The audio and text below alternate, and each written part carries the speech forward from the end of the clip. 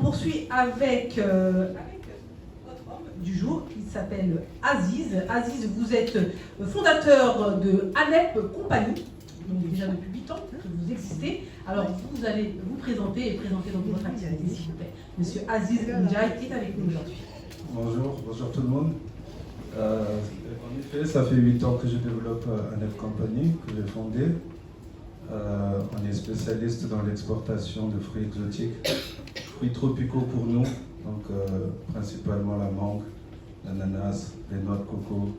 On fait du frais, c'est depuis 2 ans qu'on fait du séché aussi. Donc voilà. Vous êtes localisé où?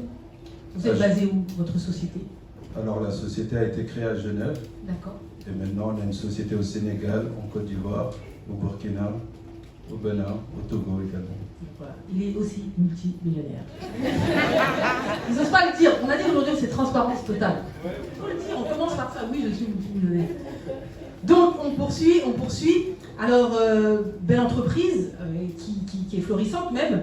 Alors, quels sont les principaux défis auxquels vous avez dû faire face? Surtout qu'aujourd'hui c'est une multinationale. Et comment ça a commencé? Comment l'idée vous est venue de Genève à Dakar? Comment tout ça s'est passé? Alors les défis, il y en a eu plusieurs, parce que quand j'ai commencé, j'étais salarié déjà. Donc passer de salarié à entrepreneur, ça demande quand même un mindset, un état d'esprit, une prise de risque également, une motivation personnelle, parce que on a très peu de temps, et le peu de temps qu'on a, c'est pour le passer avec les amis, c'est les loisirs, c'est se reposer. Et donc les week-ends, c'était un investissement pour mettre en place la structure qu'on voulait faire. Et c'était venir au bureau plus tôt que les autres. Donc je venais personnellement à 7 h du matin pendant que les autres arrivaient à 9 h. Je restais un peu plus tard que les autres. Les week-ends, c'était fini les sorties. Donc ça demande quand même un sens de sacrifice. Donc ça, c'est le premier défi. Après, les autres défis, c'est des paramètres que l'on ne maîtrise pas. C'est plutôt, on va dire, géopolitique. C'est aussi, une fois que la société est créée, le challenge d'aller trouver les clients, la prospection. Il y a le sourcing fournisseur.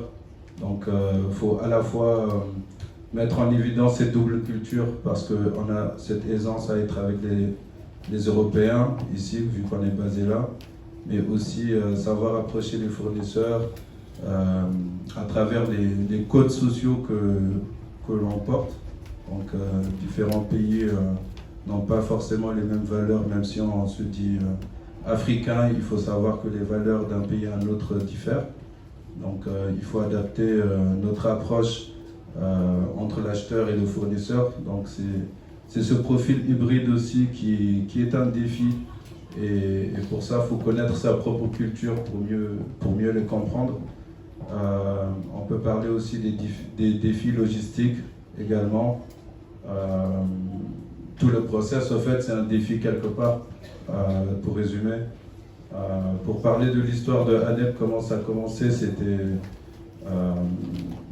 une vision, en fait, une perception, on va dire. Chacun d'entre nous fait ses courses dans les grandes distributions. Je pense que je peux parler de marques, Lidl, Carrefour, entre autres.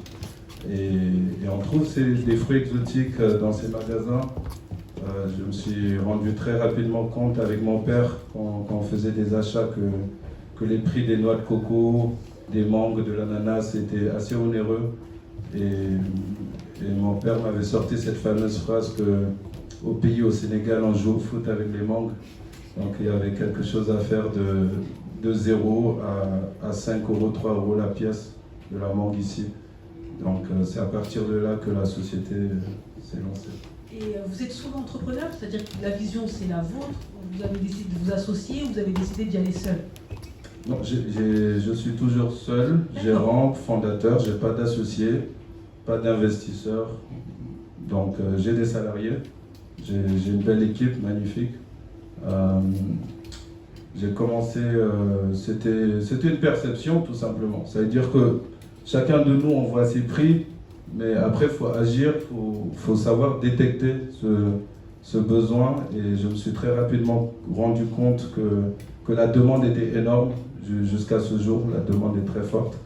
Et en parallèle, ces mêmes fruits pourrissent entre les mains des producteurs. Donc, il y a très peu d'acteurs qui jouent ce rôle intermédiaire. Donc, j'ai commencé en tant qu'intermédiaire middleman. Je faisais les achats des produits que je mettais à disposition aux acheteurs. Et au fil du temps, je me suis basé de plus en plus dans ces pays de production pour mieux gérer la chaîne, en fait, tout simplement. Pour le coup, c'est quoi votre background? Parce que pour avoir toutes ces idées-là, pour passer d'intermédiaire à finalement fondateur d'entreprise, exportateur, c'est quoi votre background? J'ai fait un parcours assez classique. J'ai grandi une partie de mon enfance en Arabie Saoudite et au Sénégal jusqu'à mes 18 ans. Après le bac, je me suis installé en France pour les études. J'ai fait un parcours licence master, donc master commerce international et master management marketing. Donc pour vous dire, j'ai aucune expérience en agroéconomie ou agro-industrie entre autres. Donc j'ai tout appris sur le terrain. Après, bien sûr, j'ai fait valoir mes compétences de négociant, tout simplement, et aussi de commerce international. D'accord. Donc aujourd'hui, vous pouvez dire à toute l'Assemblée que l'agrobusiness est vraiment un secteur porteur. Oui, pour le temps. Clairement. À tous les niveaux, on peut parler de l'achat de terrain, l'achat de terrain agricole aussi, très rentable. Si je parle du début de la chaîne jusqu'à la fin, le commerce des urées, des intrants, des semences, qui sont jusqu'à ce jour importés en Afrique, ce qui est vraiment pas, ce qui est un vrai mal pour notre continent. On importe beaucoup de produits agroalimentaires alors que nous pouvons le faire. On peut parler de la logistique, des plateformes en manque de chambres froides, d'infrastructures, même d'emballage. Donc à tous les niveaux, tout était à faire. L'agriculture, moi mes meilleurs chiffres d'affaires c'était pendant la pandémie, là où pas mal ont eu des difficultés, je pense l'industrie pharmaceutique et agroalimentaire, c'était vraiment notre année. Donc cela veut dire que l'agriculture va surmonter toutes les crises. C'est-à-dire c'était vraiment votre année, concrètement ça veut dire quoi? C'est-à-dire que c'était une période où tout était fermé, il n'y avait plus de loisirs, il n'y avait plus d'accès au cinéma ou au centre sportif, entre autres. Donc les seuls moments de sortie, c'était les supermarchés, faire des courses. Donc le consommateur passait plus de temps dans les supermarchés, donc forcément il avait plus de pouvoir d'achat aussi, puisqu'il n'y avait pas d'autres issues tout simplement. Et je ne souhaite pas que ça revienne, la pandémie, mais pour vous dire que l'agriculture, c'est vraiment l'avenir. La démographie continue est en pleine expansion. L'Afrique est le deuxième continent le plus peuplé. On a 1,3 milliard environ. C'est exactement ça. Et on passe d'être le plus peuplé au monde. Donc c'est des bouches à nourrir. Et jusqu'à la fin du temps, on mangera des fruits et légumes.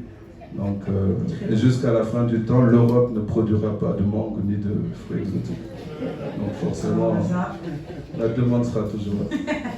Très bien. Merci beaucoup Aziz Ndiaye. Quoi qu'il en soit, on reviendra vers vous avec les questions des spectateurs.